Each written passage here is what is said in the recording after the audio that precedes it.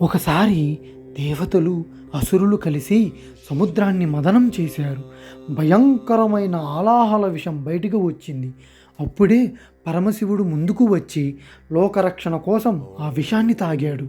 కానీ కంఠం దాటకుండా తన గొంతులోనే ఆపుకున్నాడు. అందుకే ఆయనకు నీలకంఠుడు అనే పేరు వచ్చింది. అలాగే ఒకసారి బ్రహ్మ విష్ణువులు నేనే గొప్ప అని వాదించారు. అప్పుడు ఆకాశం నుంచి భూమి వరకు అగ్నిస్తంభం రూపంలో శివుడు ప్రత్యక్షమయ్యాడు. దీని మొదలు ముగింపు కనుక్కోండి అన్నాడు. విష్ణువు క్రిందికి, బ్రహ్మ పైకి వెళ్ళారు. కానీ చివరికి ఎవరికీ దొరకలేదు. అప్పుడే శివుడు లింగ రూపంలో వెలిశాడు. పార్వతీదేవి శివుడిని భర్తగా పొందేందుకు ఎన్నో సంవత్సరాలు తపస్సు చేసింది. చివరికి శివుడు ఆమె భక్తికి మెచ్చి పెళ్లికి ఒప్పుకున్నాడు. ఆ పెళ్లి రోజు దేవతలు, ఋషులు, భూతగణాలు అందరూ ఆనందించారు.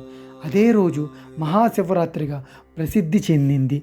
ఎవరైతే ఈ మహాశివరాత్రి రోజున ఉపవాసం ఉండి దేవుడికి దగ్గరగా ఉండి పూజించుకొని భక్తి శ్రద్ధలతో ఉంటారో శివుడు ఆశీర్వాదం ఉంటుంది.